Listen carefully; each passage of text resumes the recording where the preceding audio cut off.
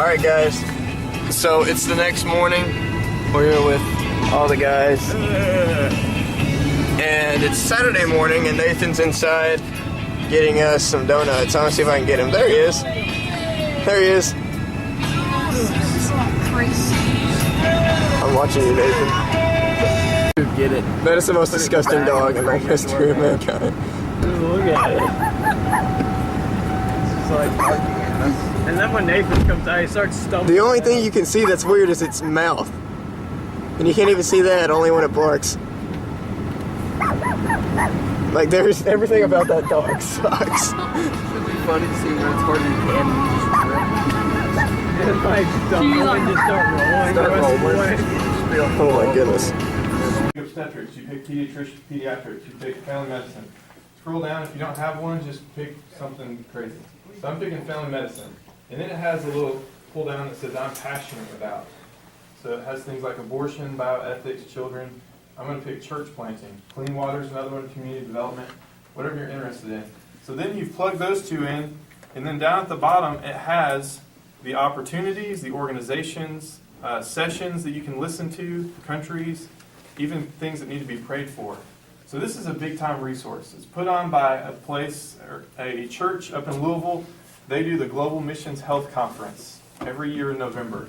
And it's a great resource where they pull in all these experts from churches and countries everywhere, and they talk about medical missions. This is helpful because it can kind of lead you to maybe a short-term opportunity if you don't know about one. It can lead you to a session where you can listen to an hour-long podcast on clean water in Sudan, or whatever it is you're interested in. Look at this website. The mobile version is good. You got your desktop at home. What are the models that you have seen maybe on a short-term trip, or that you've heard about, or maybe that your church is supporting, of someone doing medical missions, short-term or long-term? What do you think the models are? I'll start. Something I've done a lot of has been going on about a week-long trip where we'll set up a day clinic. We'll take medical providers. We've done this in Guyana and Haiti and Peru, and set up a day clinic, whether it be at a church building or a school or just a clinic there. And you get people coming through and you treat those people. Just for the time they see the doctor, they'll have a few complaints, you give them some medicine, you inject a joint, whatever it is that you want to do, you treat them, and then they're gone.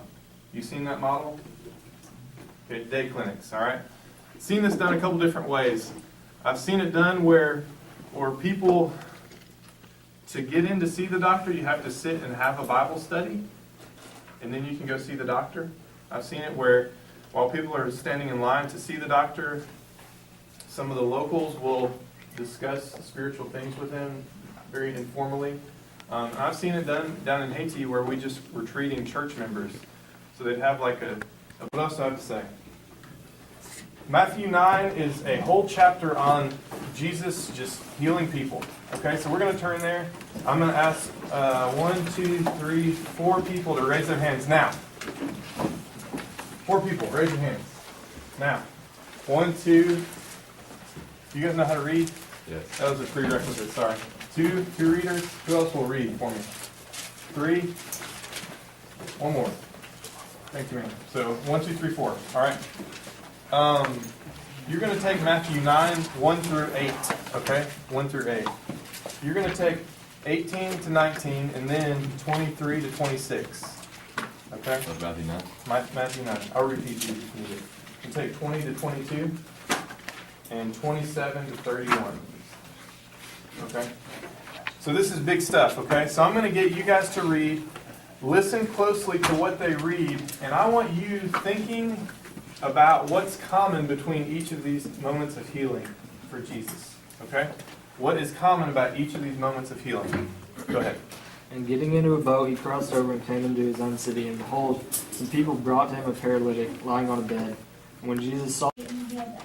So the crowd marveled as they saw the mute speaking, the crippled restored, and the lame walking, and the blind sing, and they glorified the God of Israel. Okay, so what was common between what Joseph just read?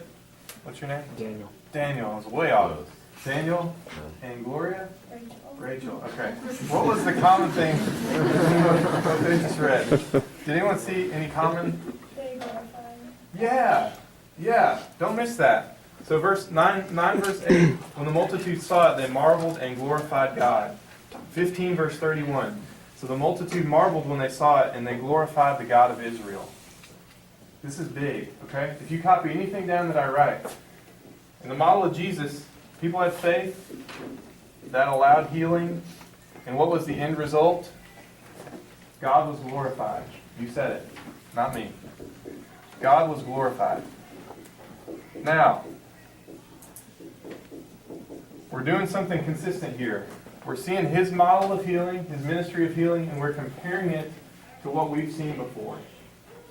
I'll be the first to... Ministry has something to do with that. Yeah. Yeah, ministry has something to do with that. What is your passion? What is a passion that you have? Okay, that's not a rhetorical question. That's a question to look for. Yes.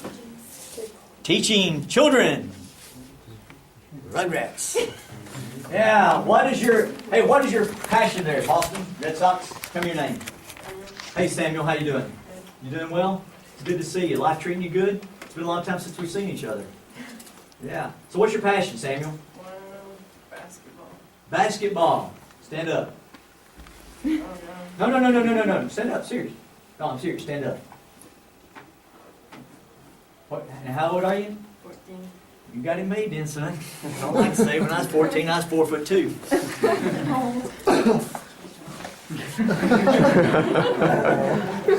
I got the art. So what? I grew a foot. I'm a little bit taller than that now. Yeah, but what is your passion? I like to know that. You know, what's your passion? Tell me your name. Christopher. You told me that a little while ago. What's your passion? Basketball. I'm not going to make you stand up. I can already tell you're tall. So, what's your passion? Athletics. Just in general. In general. He wants to be the best horseshoe pitcher in the world. You said athletics. You didn't say what. All right. All right. What's your passion? You're an adult in this class. You got to answer straight up. Well, it's kind of ironic. Well, when you said that, me and him looked at each other because we're both youth ministers, and we're like, ministry? So yeah, but you just said that with a question mark. Well, when we said it to each other, Because it was ironic. Yeah, It's ironic, isn't it? Yeah, it's ironic. You said, yeah, but what's your passion? Softball. Softball. There you go. What position do you play? I played first and third and I play First and third. And that's hard to play those three positions at the same time. yeah. She catches the ball at third. She throws to the first baseman. She runs around the bases, grabs the bag. You can do that, can't you? Yeah. See, passion, I'm telling you, passion will do that to you. David, throughout the Psalms, the times that he praises God, there's a passion for God.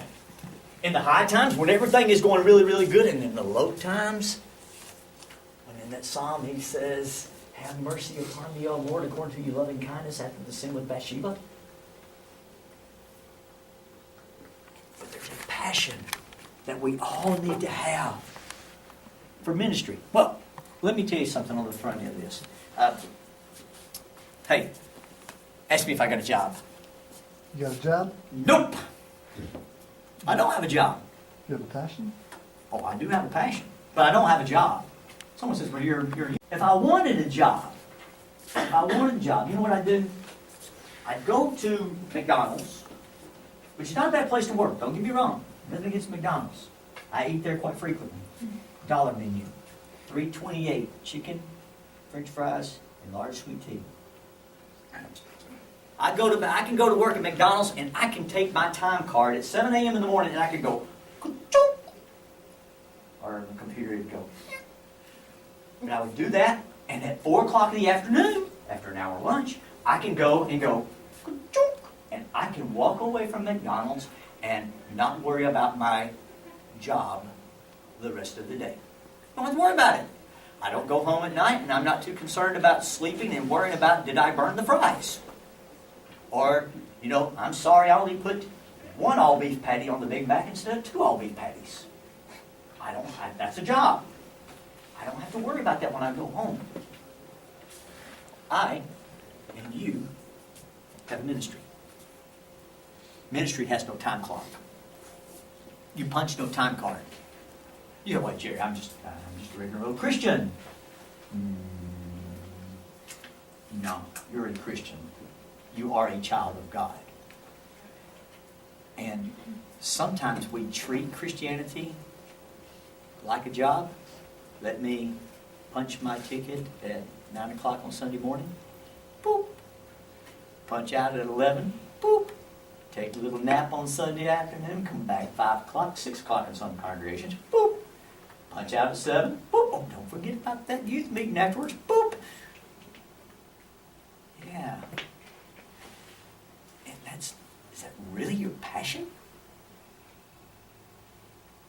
Is that really where you want to be at?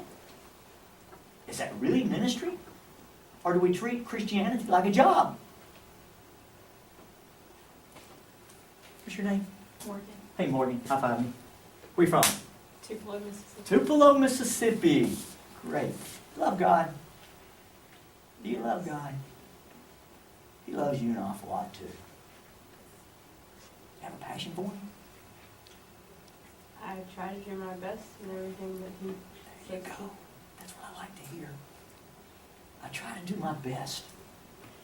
But can't we take it to the level of, do you have a passion for it? What about his leg with him being on crutches?